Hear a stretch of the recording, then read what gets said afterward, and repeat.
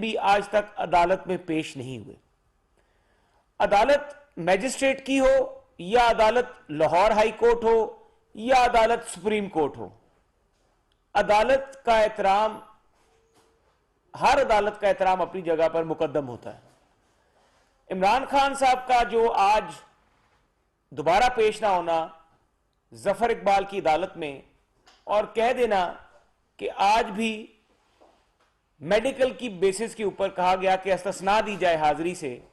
और वो खुद पेश नहीं हो सकते, तो ये चीजें आप देख लें, एक दोहरा म्यार है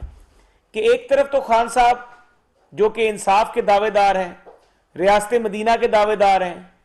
एक तरफ कहते हैं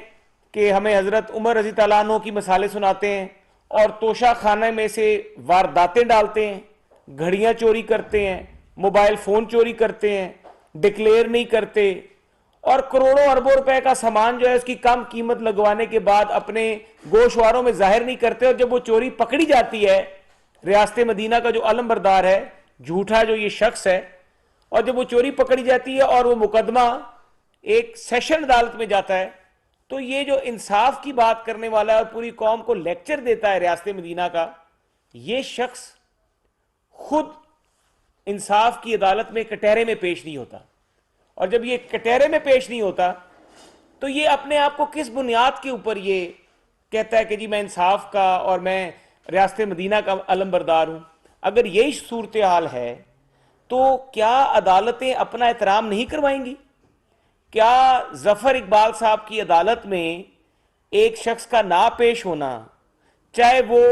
सुप्रीम इलेक्शन कमीशन के बाहर हंगामा केस हो, चाहे वो मेरी तरफ से दायर की गई FIR हो, और चाहे वो इलेक्शन कमीशन का इस्तगासा हो, तो इमरान खान तो आज तक जफर इकबाल की अदालत में एक दिन भी पेश नहीं हुआ और हर दफा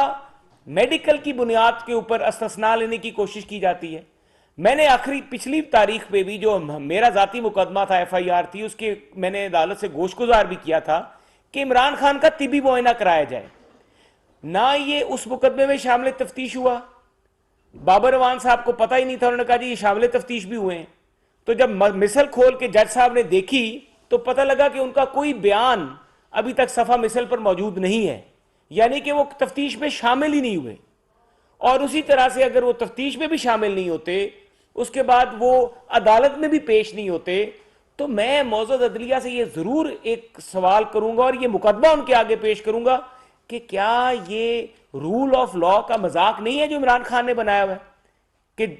जब भी बात की जाए अदालत में पेश हो। नवाज शरीफ की दफा तो तकरीबन 100 से ज्यादा पेशियां नवाज शरीफ ने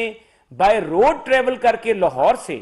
इस्लामाबाद में बशीर अहमद की अदालत में आकर नवाज शरीफ साहब पेश होते थे, शहबाज शरीफ साहब पेश होते थे, उनके बच्चे हमारे मुस्लिम लीग नून के कायदीन पेश होते थे और हमारी हाजिरी को यकीनी बनाया जाता था। तो ये इमरान खान की दफा क्या मसला बन जाता है? क्या Imran Khan above the law है? तो ये बात जो है कि अब फिर आज के दिन भी इमरान खान ने 7 दिनों की तारीख ले ली, ना अदालत में पेश हुए, कॉपियां चलान की आज हमने उनको दे दी हैं और अब हम ये तवक्को करते हैं कि अगली तारीख पे जो इमरान खान पूरे पाकिस्तान के मीडिया में नजर आ रहा है कि वो मीटिंग्स कर रहा है, वो इजलास अटेंड कर रहा है, वो चलता फिरता नजर आ रहा है, वर्जिश करता हुआ नजर आ रहा है, जलसों में कन्वेंशन में जाता हुआ नजर आ रहा है, तो क्या अदलिया, हमारे जो सिविल सेशन कोर्ट में जज साहबान हैं, वो ये सवाल उनके वकला से तो करें कि भाई आप हर जगह पे जा रहे हैं, लाहौर हाई कोर्ट में जा रहे हैं, तो सेशन कोर्ट इस्लामाबाद में आने का आपको क्या मसला है? वहां पर क्यों नहीं पेश होते? और आपके ऊपर फर्द जुर्म आयद करनी है, फर्द जुर्म से भाग रहे हैं और प्लस्तर के पीछे छुपे हुए हैं। तो ये प्लस्तर के पीछे जो छुपा हुआ शख्स है, अगर ये कानून से बालातर है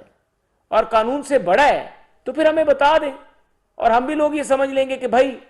कॉन्स्टिट्यूशन से, लॉ से ये शख्स जो है ये बड़ा है और उसको ये रिलीफ मिलते रहेंगे। जबकि पाकिस्तान के बाकी जितने भी सियासी कायदीन हैं, जब उनके सियासी मुकदमात बने तो राना सनाउल्लाह से लेके आपने नवाज शरीफ साहब तक, हमारे पीपल्स पार्टी के लोग, बाकी सियासी जमातों के लोग, तो 20-20 दिन, 30-30 दिन, 40-40 दिन जो थे उनकी अदालतों में मुतवातर चक्कर लगते रहते थे, डेली बेसिस पे ट्रायल होता था। और यहां पर एक जेन्युइन चोरी पकड़ी गई है एक शख्स की, और वो आज तक अदालत में पेश नहीं हो रहा। तो ये जो म्यार है मेरी तो समझ से बालातर है, और ये मंतक जो है ये हमारी समझ से बालातर है। और दूसरा उसके साथ साथ जो ये इलेक्शन कमीशन और जो इनके बीच में मामला है सदर पाकिस्तान का, मैं इस पर भी बात जरूर करूंगा। सदर पाकिस्तान को आज तो बहुत पाकिस्तान के आइन और दस्तूर का ख्याल आ रहा है, लेकिन सदर पाकिस्तान जो है उनसे मैं ये सवाल करूंगा, क्या आपको उस वक्त दस्तूर पाकिस्तान जो था वो याद नहीं था जब आपने पूरा पार्लियामेंट का इलेक्शन कमीशन के मेंबरान की तैनाती के मामले में पूरा पार्लिमानी जो प्रोसेस है जो कि कॉन्स्टिट्यूशन में लेड है, आपने उस पूरे प्रोसेस को बाईपास किया था, और आपने without consultation of the leader of the opposition, without consultation between the parliamentary committee on appointment of members of election commission, आपने डायरेक्टली नोटिफिकेशन निकाल दिया था इलेक्शन कमीशन की मेंबरान की तैनाती का। और आज तो आप इतने लंबे खत लिखते हैं और कहते हैं कि मेरी आईनी ड्यूटी है, आप अपना हलफनामा याद करवाते हैं।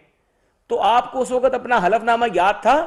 जब आपने गैर आईनी तौर पर एक नोटिफिकेशन निकाला, और उस गैर आईनी नोटिफिकेशन को मैंने खुद चैलेंज किया इस्लामाबाद हाई कोर्ट में।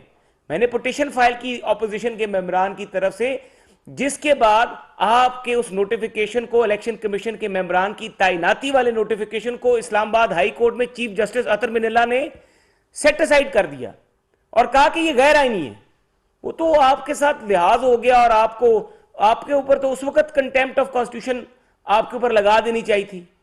आपको वायलेशन ऑफ कॉन्स्टिट्यूशन उसी वक्त बनती थी आपकी। और मैंने दरखास्त भी की थी कि सदर पाकिस्तान ने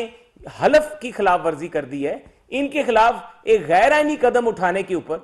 इनके खिलाफ ये एक अदालती ऑर्डर होना चाहिए। लेकिन खैर उस वक्त मामला दोबारा से चीफ जस्टिस साहब ने भेज दिया पार्लियामेंट में, और चेयरमैन सेनेट और स्पीकर ने वो मामला दोबारा से तय करवाया। लेकिन आपका सदर पाकिस्तान साहब वो जो नोटिफिकेशन था वो गैर आईनी था। आज अगर आपको अपना हल्फ जो आइन में दिया गया है, आज अगर आपको आइन की वो तमाम दस्तूर की शिक्कें याद आ रही हैं, तो क्या आपको उस वक्त याद नहीं थी? क्या आपको उस वक्त आईने पाकिस्तान की वो शिक याद नहीं थी जब एक आईनी तरीके से दी गई तहरीके अदम एतमाद को आपने एडिंग करते हुए स्पीकर नेशनल असेंबली की, डेप्टी स्पीकर नेशनल असेंबली की, वजीर आजम के कहने के ऊपर आपने एक आईनी तौर पे मुंतखब असेंबली को तोड़ा? आपको तो उसी दिन मुस्ताफी हो जाना चाहिए था अपने ओहदे से जिस दिन आपका वो जो फैसला था असेंबली तोड़ने वाला, और उस पूरा जो अमल था उसको सुप्रीम कोर्ट ऑफ पाकिस्तान ने सेट असाइड कर दिया था। आपको तो उसी दिन मुस्ताफी हो जाना था असूली तौर पे, जिस दिन आपने अपने हलफ की खिलाफ वर्जी की और आपने इलेक्शन कमीशन के मेंबरान पार्लियामेंट को बाईपास करके लीडर ऑफ द ऑपोजिशन से कंसल्टेशन किए बगैर आपने इलेक्शन कमीशन के जो मेंबरान हैं आपने उनको मुंतखब करने का नोटिफिकेशन निकाला। आप तो आइन की धजियां खुद माजी में उड़ाते रहे, और आज आपने फिर आइन की धजियां उड़ा दी कि जो कंसल्टेशन का प्रोसेस है, आप समझते हैं कि आपकी आइनी जिम्मेदारी है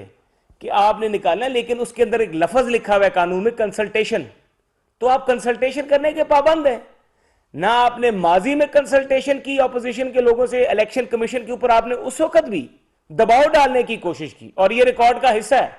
कि आज भी वो इस्लामाबाद हाई कोर्ट का चीफ जस्टिस अतर मिनल्ला साहब का फैसला निकाल के देख लें जिसमें उन्होंने आपका नोटिफिकेशन सस्पेंड किया है, और आज फिर आपने गैर आईनी खत लिख दिया है। खैर ये तो मामला देखेंगे वक्त के साथ साथ, लेकिन आप सदर पाकिस्तान हैं, आप तहरीके इंसाफ के कारकुन नहीं हैं। जिस मनसब पर आप बैठे हैं, इस मनसब पर आप पाकिस्तान के सदर के तौर पे बैठे, आईनी तौर पे। आप यहां पे किसी सियासी जमात के नुमाइंदे की हैसियत में नहीं बैठे हुए जो कि आप काम कर रहे हैं। तो मैं दो चीजों पे, आज बहुत अहम दिन है कि मैं फिर ये तवक्को करूंगा कि पाकिस्तान की सीनियर अदालतों को, जजेस को इस चीज का नोटिस लेना चाहिए कि जो सेशन कोर्ट्स हैं वो भी पाकिस्तान की अदालतें हैं, और अगर बाकी सियासी कायदीन है, जिसमें बिलखुसूस नवाज शरीफ साहब और उनके पूरे खानदान और मुस्लिम लीग नून के कायदीन हैं, उन्होंने ट्रायल कोर्ट्स का एहतराम किया और एक पेशी पे खुद घंटों आके पेश होते रहे, खड़े रहे अदालतों में। तो आज इमरान खान के साथ ये बर्ताव, उसको ये जो ट्रीटमेंट मिल रहा है, ये मैं समझता हूं गैर मुनासिब है। और अब इमरान खान साहब को तारीखों पे पेश होना चाहिए। अगर वो इंसाफ के अलमबरदार हैं और अगर उन्होंने घड़ी चोरी नहीं की तो वो आए अदालत में, जवाब दें और मुकदमे का सामना करें। मुकदमे को डिले करने से वो ये समझ रहे हैं कि मैं इलेक्शन तक इसको डिले करूंगा और मैं इसको लंबा कर लूंगा और मैं फर्द जुर्म से बच जाऊंगा, क्योंकि उनको पता है उन्होंने चोरी की है और ये ओपन एंड शट केस है तोशाखाना, उनकी चोरी सामने आ चुकी है। तो ये जिगजैग करने से और ये टेक्निकल तरीके से अगर वो इस मुकदमे को अवॉइड करने की कोशिश कर रहे हैं और पाकिस्तान के अदालती निज़ाम का मजाक उठा रहे हैं, तो ये इंतहाई गैर मुनासिब है। बहुत शुक्रिया।